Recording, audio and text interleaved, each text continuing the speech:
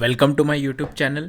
In this series, as I said, I'll be talking about system design topics. So currently, I'm planning to cover all the basic topics first, and then we can jump on to look into some real-time, system design applications like Uber, Instagram, etc.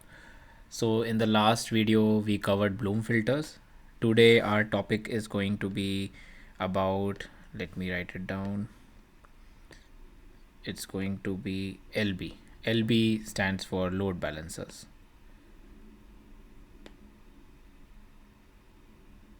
Right. Now the name suggests load balancers. It suggests that it's about balancing the load on the servers or anything when the request comes from the client side, right? Now load balancers fundamentally are only used, like, just imagine them as a black box which basically takes some requests and then uses some algorithms. There are some internal algorithms.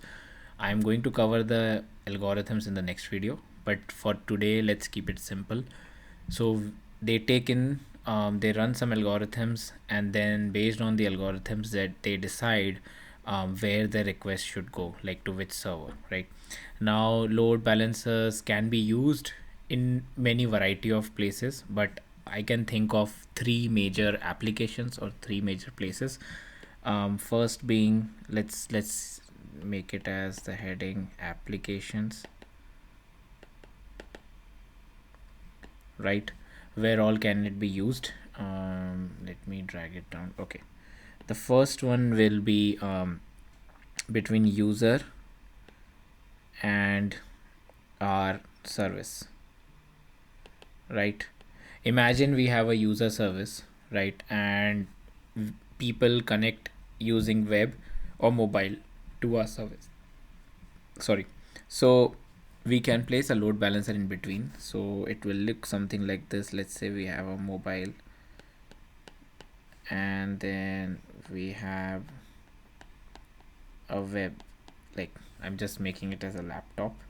So when the request comes in, we have a LB standing here, and based on the load on the servers, it will redirect to user service. So imagine we have two instances of user services running. So the mobile application can get connected to the first user service. Similarly, the laptop will get connected to the second user service, because the first user service instance is busy sending back the response to our mobile client, right?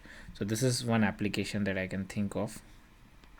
The second one, let me drag down. Yeah, the second one that I can think of will be between service to service. Service to service. Right. So let's take an example. We have two services. One is user service.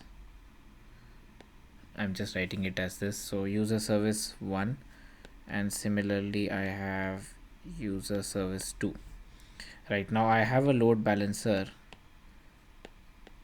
and user service basically interacts with let's say which service we can use, location service.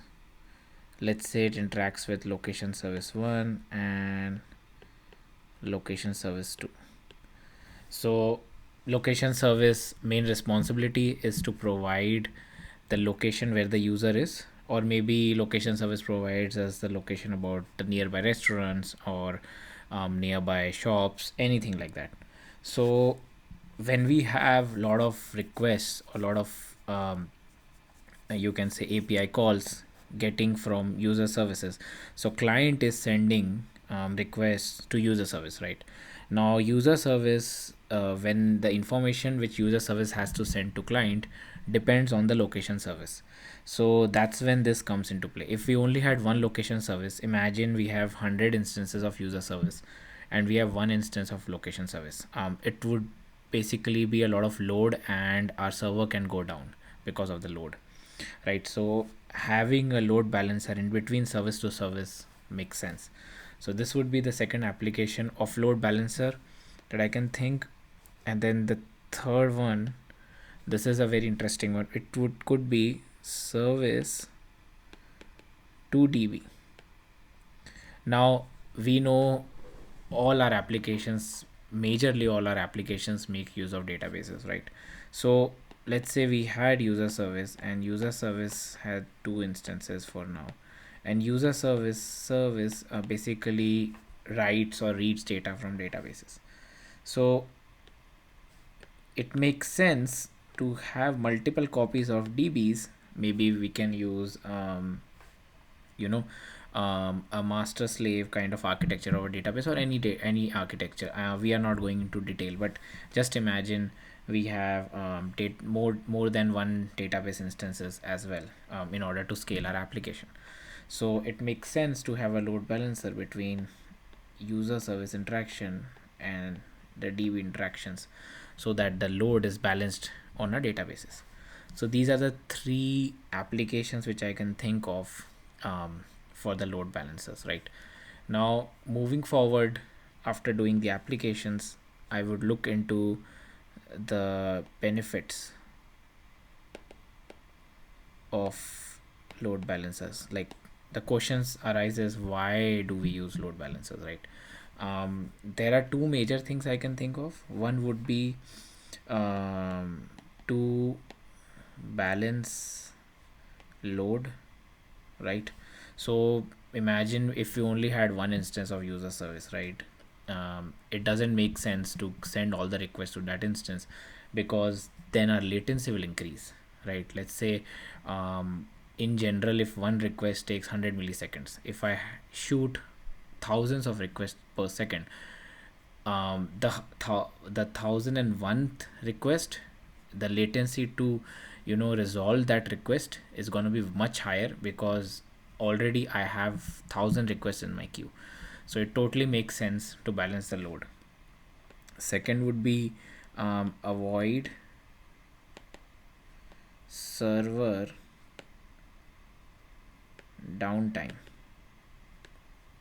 Now there could be an instance where I have one user service, or maybe one monolith service, right? Now what if it goes down for some reason? Let's say I had an EC2 instance or a AWS instance, where my service is running. So if it goes down, then my availability is hampered. My users are not able to make any requests, even if it's a simple read request, which could be handled very easily. That also I'm not able to resolve. So it makes sense to have multiple instances of my service, and in order to balance the load on those instances, load balancer could be used. So load balancer also provides less downtime and higher throughput for our requests. The third one, which I think, this is not from the user perspective, but I feel it could be used for the analytics. So why I say analytics, we can make use of all the data, or how many requests that we get on a load balancers. We can have a kind of another logging service or another metric service, which basically takes care of just figuring out how, at what time of the day or what time of the year the requests are higher, and when and how many times my services go down, right? And how many times the load balancer, maybe the load balancer algorithm is not working, maybe it's only sending the load to one service. So there the analytics comes into play, and maybe I can use some kind of machine learning model to decide or to predict that, okay, this could happen, maybe this time of the year the sales go high, so I'm expecting more traction on my website, something like that. So these are the three benefits that I can think of load balancers. So yeah, that's all I wanted to cover in this video. In the next video, I will be talking again about load balancers, but it will be about the load balancing algorithms. Like, there are different varieties of balancing algorithms that we can implement, and it's not like one algorithm is better than the other, but it's all about what's your use case. But yeah, that's all for this video. Hope you guys liked it. If so, please subscribe to my channel, give me a thumbs up, and follow me on Instagram. Thanks for the support. Thanks everyone.